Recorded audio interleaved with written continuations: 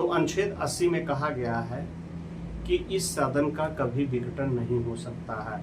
विघटन ना होने का कारण ये है कि इसके सदस्य हर 2 साल बाद निर्वाचित होते रहते, जिससे सर्किल बनी रहती है और राज्यसभा पूरा सदस्य मौजूद रहते हैं। यह पद्धति 1952 में जब लोग राज्यसभा स्टार्ट हुआ तो यह सिस्टम पर्ची डालकर रखा गया कि किनको किनको निकालना है, किनको किनको, इस तरीके से यह प्रणाली गई। और इसे अस्थाई सदन कहते हैं, उच्च सदन कहते हैं, शिक्षित सदन कहते हैं। इसके सदस्य अप्रत्यक्ष रूप से राज्यों एवं केंद्र शासित प्रदेशों से चुनकर आते हैं। जो राज्य एवं केंद्र शासित प्रदेशों का प्रतिनिधित्व है वो 250 है। वर्तमान में 245 निर्वाचित होके आते हैं। 245 में से 233 राज्य एवं केंद्र शासित प्रदेशों से और 12 सदस्य का मनोनीत राष्ट्रपति करता है। तो हम देखते हैं कि राज्यसभा अनुच्छेद 80 में इसका कभी विघटन नहीं हो सकता है। यह 2016, 96, 2010, 2011 में पूछा गया कुछ। इसके अस्थाई सदन द्वितीय सदन कहते हैं, उच्च सदन कहते हैं एवं शिक्षित सदन कहते हैं। 2008, 2009, 2017, 2013 पूछा गया क्वेश्चन। इसके सदस्य अप्रत्यक्ष रूप से चुने जाते हैं। यूपी 2007, 2011 पूछा गया क्वेश्चन है। ये राज्य एवं केंद्र शासित प्रदेशों का प्रतिनिधित्व करते हैं। तो 80 के 1 में देखते हैं सदस्य संख्या। तो इनकी सदस्य संख्या जो है 250 है। चुनाव 245 पर होता है और 238 राज्य एवं केंद्र शासित प्रदेशों के लिए जो आवंटित सीट है उसमें 233 का चुनाव होता है। 12 राष्ट्रपति द्वारा मनोनीत होते हैं। इस तरीके से 245 सीट हुआ। उसके बाद 80 के 3 में कहा गया है कि जो 12 सदस्यों का राष्ट्रपति द्वारा मनोनीत होता है वह कला, विज्ञान, खेल के द्वारा मनोनीत किया जाता है। जैसे नरगिस दत्त हो गए,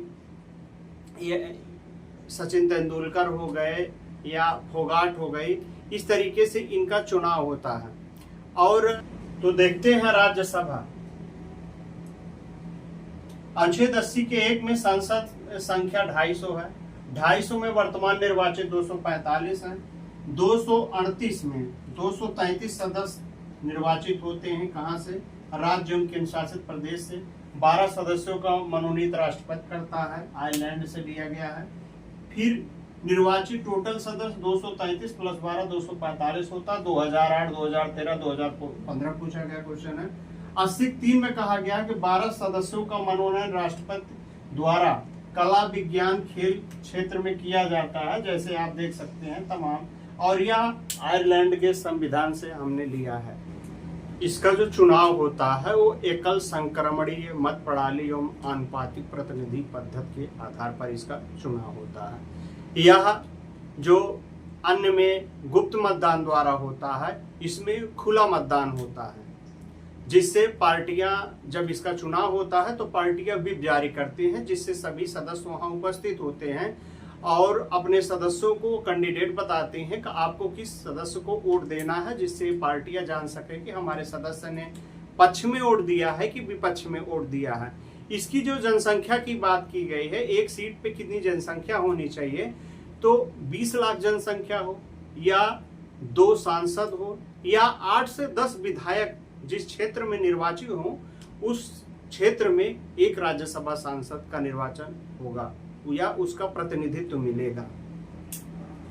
तो चुनाव एकल संक्रमणी मत प्रणाली तथा आनुपातिक पद्धति के अनुसार होगा। गुप्त मतदान के स्थान पर खुले मतदान का प्रयोग होगा। यह IS 2013 में, 2019 में और यूपी 15 और 17 में पूछा गया क्वेश्चन है। सीटों का निर्धारण जनसंख्या के आधार पर किया जाएगा। ये लगभग RO 2014 क्वेश्चन है। और एक सीटों पर कितना होना चाहिए, तो 20 लाख जनसंख्या हो या 2 सांसद हो या 8 से 10 विधायक हो, उनके बीच यह सीट का निर्धारण होता। IS 13 और 15 और यूपी 10, 12 और 13 2021 में पूछा गया क्वेश्चन है।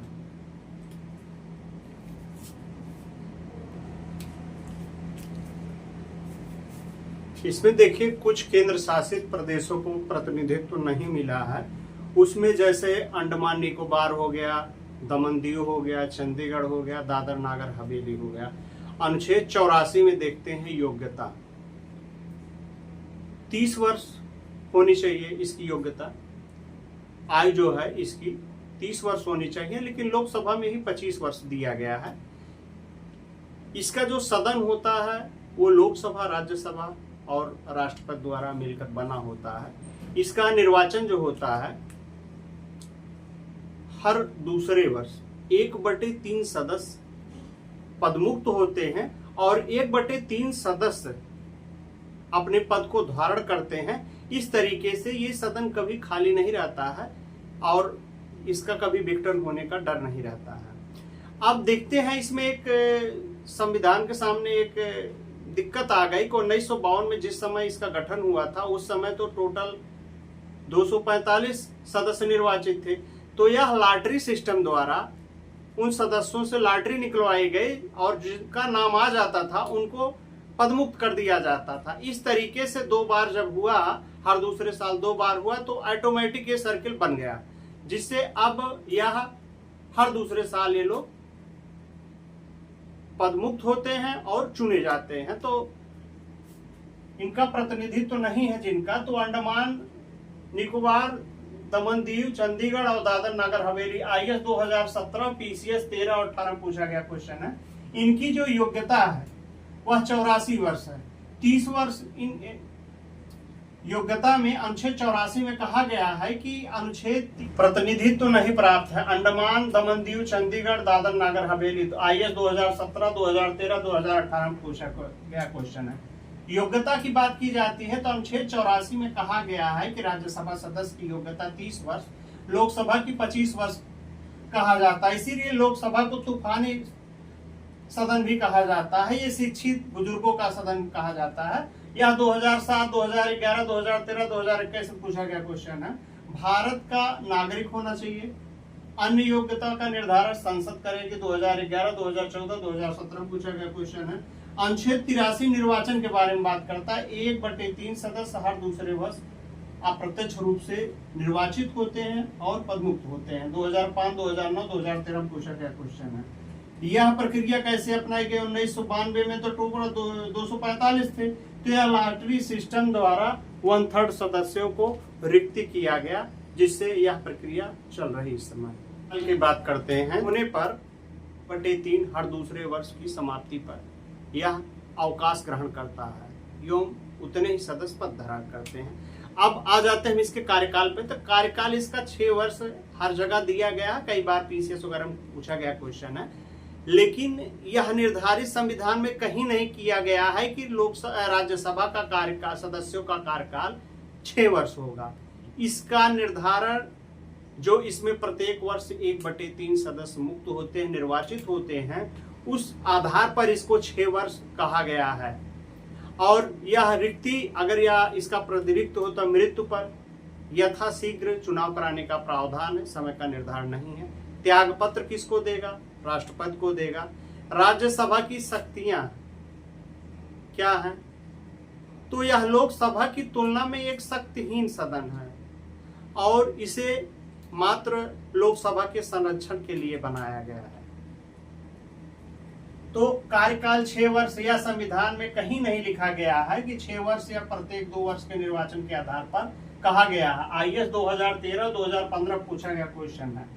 राज्यसभा का कार्यकाल अनियमित होता है क्योंकि राज्यसभा के सदस्यों का कार्यकाल होता है, राज्यसभा का कोई कार्यकाल नहीं होता है जैसे लोकसभा का होता है।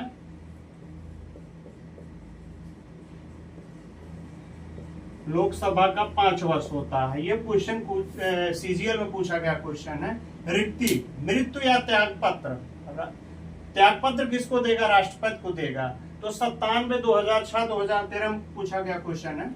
रिक्ति भरने के लिए उस सदस्य का जितना समय बचा रहता है उतने समय के लिए यह सदस्य निर्वाचित होगा जो अगला होगा।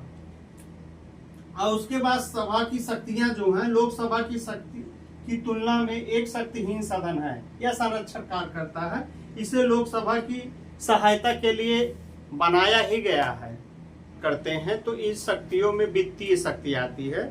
तो वित्तीय विधेयक में लोकसभा राज्यसभा को बराबर पावर है, लेकिन धन विधेयक पर इसको मात्र 14 दिन ही रोक सकता है। अगर यह 14 दिन बाद ये बिल नहीं भेजता है तब भी लोकसभा उसको पास मानती है। किसी विधेयक को 6 महीने के लिए यह रोक भी सकता है। और उसके बाद अनुच्छेद 108 साधारण विधेयक के बारे में बात करते हैं। तो साधारण विधेयक में लोकसभा एवं राज्यसभा को बराबर पावर प्राप्त है। इसमें अगर कोई विधेयक उस पर बात नहीं बनती है तो राष्ट्रपति बुलवाकर चर्चा करवाकर उसके बाद वोटिंग के माध्यम से इसका निर्धारण करता है। तो विधायी शक्ति क्या है कि वित्तीय विधेयक पर लोकसभा एवं राज्यसभा को बराबर पावर प्राप्त है। धन विधेयक पर यह मात्र 14 दिन रोक सकता है। 2003, 2007, 2009, 2011, 2013, 2015, 2021 में पूछा गया क्वेश्चन है। साधारण विधेयक में क्या होता है कि लोकसभा राज्यसभा को बराबर पावर है। यदि दोनों में बात नहीं बनती है तो अनुच्छेद 108 के तहत लोकसभा एवं राज्यसभा की बैठक में मतभेद होने पर राष्ट्रपति संयुक्त अधिवेशन बुलाकर उस पर चर्चा कराता है और चर्चा के बाद वोटिंग के माध्यम से इसका निर्णय निकालता है। राज्यसभा अनुच्छेद 312 के तहत अखिल भारतीय सेवाओं की स्थापना का विशेष अधिकार राज्यसभा सांसद को दिया गया है। उसके बाद अनुच्छेद 93 में कहा जाता है कि लोकसभा अध्यक्ष एवं उपाध्यक्ष चयनित किए जाते हैं। और 249 में कहा गया है कि राज्यसभा यदि 2/3 बहुमत से किसी विधेयक को या बिल को पारित कर देता है तो उस बिल पर लोकसभा कानून बनाने के लिए बाध्य होता है। यह कानून लोकसभा अकेले नहीं बनाएगी बल्कि राज्यसभा एवं लोकसभा मिलकर बनाएंगे और इसको पास करने के लिए राष्ट्रपति की अनुमति जरूरी होगी। तो इसीलिए कहा जाता है संसद किसे कहते हैं, तो संसद में 3 होते हैं, राष्ट्रपति, लोकसभा और राज्यसभा से मिलकर बना होता है। कारण लोकसभा में पराजित हो जाए तो उसे इस्तीफा देना पड़ेगा, लेकिन यदि राज्यसभा में पराजित हो जाए तो उससे कोई असर नहीं पड़ता, क्योंकि जो पुरानी पार्टियां होती हैं और जो जल्द में आई हुई पार्टियां होती हैं तो पुरानी पार्टियों के राज्यसभा में सदस्य ज्यादा होते हैं। इसीलिए आप देखते होंगे कि या कोई कैबिनेट मंत्री है या प्रधानमंत्री बना होता है तो जो लोकसभा की कार्रवाई चल रही होती है तो उसमें वोट देने का अधिकार या पात्र नहीं पाया जाता है। तो देखते हैं राज्यसभा का एकाधिकार किस विषय पर है, तो अखिल भारतीय सेवाओं के गठन से है। अनुच्छेद 89 में कहा गया है कि राज्यसभा के सभापति एवं उपसभापति का प्रावधान किया गया है। अनुच्छेद 93 में कहा गया है कि लोकसभा अध्यक्ष एवं उपाध्यक्ष चयनित किए जाते हैं। जैसे भारत का प्रधानमंत्री है वो नियुक्त किया जाता है, राज्यपाल नियुक्त किया जाता है, तो लोकसभा अध्यक्ष एवं उपाध्यक्ष चयनित किए जाते हैं। ये IAS 13 में, यूपी 2005, 2009, 2013, 2017, 2022 में पूछा गया क्वेश्चन है। उसके बाद 249 में कहा गया है कि राज्यसभा अपने उपस्थित सदस्य द्वारा 1/3 नहीं है, ये 2/3 है, 2/3 बहुमत से के द्वारा कोई ऐसा बिल पारित कर दे तो लोकसभा को उस पर कानून बनाना पड़ेगा। यह IAS 2009, 2013, 2015 में पूछा गया क्वेश्चन है। यह कानून लोकसभा एवं राज्यसभा मिलकर बनाते हैं। IAS 16 में पूछा गया, 16 और 12 में पूछा गया क्वेश्चन है। यूपी 2011, 2012, 2017 में पूछा गया है। राज्यसभा में सरकार पराजित हो जाए तो उसे त्याग पत्र नहीं देना पड़ता है। PCS 2023 में पूछा गया क्वेश्चन है। तो हम देखते हैं कि लोकसभा एवं राज्यसभा में क्या समानताएं हैं और क्या भिन्नताएं हैं। तो देखते हैं कि लोकसभा जो है अनुच्छेद 80 के तहत आता है, राज्यसभा अनुच्छेद 81 के तहत आता है। जनता प्रत्यक्ष चुनती है और राज्यसभा में जनता अप्रत्यक्ष रूप से चुनती है। लोकसभा गुप्त मतदान होता है और राज्यसभा में खुला मतदान द्वारा इनका चुनाव होता है। लोकसभा प्रिय या चर्चित सदन है और राज्यसभा शिक्षित या सभ्य सदन कहा जाता है। इसका विघटन होता है और राज्यसभा का विघटन नहीं होता है। ये कहीं अनुच्छेद में दिया, किसी अनुच्छेद में दिया ही नहीं गया है, क्योंकि इनके सदस्यों की नियुक्ति हर 2 वर्ष पे होती है, जिससे कि इनकी स्थिति क्रम बना रहता है। इसी वजह से इनका विभाजन नहीं होता है। उसके बाद इनका कार्यकाल 5 वर्ष, इनके सदस्यों का इसका कार्यकाल 5 वर्ष का होता है, और संसद सदस्य का कार्यकाल 5 वर्ष होता है, और राज्यसभा संसद का कार्यकाल 6 वर्ष का होता है। मनोनीत सदस्य नहीं होते हैं। पहले यह 2 सदस्य थे एंग्लो इंडियन, 104वें संविधान संशोधन द्वारा उसको लिया नहीं गया, इस वजह से खत्म हो गए। और उसके बाद यहाँ 12 सदस्यों का मनोनयन होता है, जो कला, विज्ञान, मनोरंजन से राष्ट्रपति के द्वारा चुने जाते हैं या मनोनीत किए जाते हैं। यह आयरलैंड देश के संविधान से लिया गया है। तो संसद सदस्यों की संख्या देखते हैं तो लोकसभा में 550 है, राज्यसभा में 250 है। तो इसका किस तरीके से निर्वाचन होता है, तो ये 550 में 245 निर्वाचित होते हैं, जिसमें से 530 राज्य से आते हैं,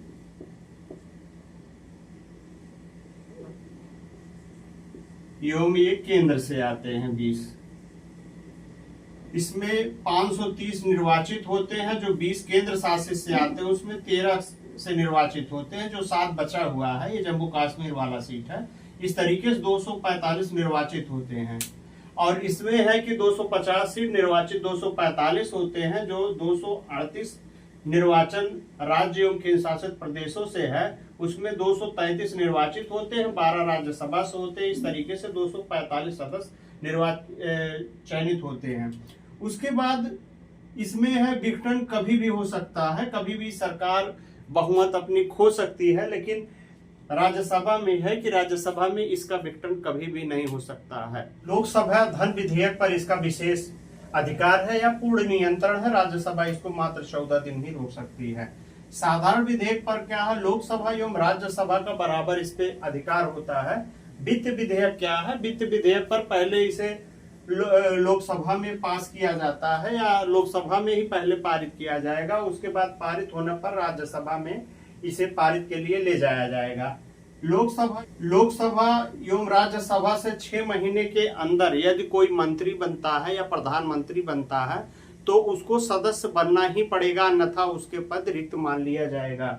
और उसके बाद किसी राज्य के विषय पर अगर कानून बनाना हो, राज्य के विषय पर कानून बनाना हो तो राज्यसभा को विशेष अधिकार प्राप्त है, उसको 2/3 विधेयक से उस बिल को पास करेगा। उसके बाद लोकसभा उस पर कानून बनाने के लिए बाध्य है, और लोकसभा एवं राज्यसभा मिलकर इसका कानून बनाते हैं। इस तरीके से दोनों का डिफरेंस हो गया। समझने में आपको काफी अच्छा लगेगा या जल्दी समझ में आएगा। इस तरीके से ये पार्ट खत्म हुआ। आप लोगों से रिक्वेस्ट है कि हमारे चैनल को लाइक एवं सब्सक्राइब करें। जय हिंद, जय भारत।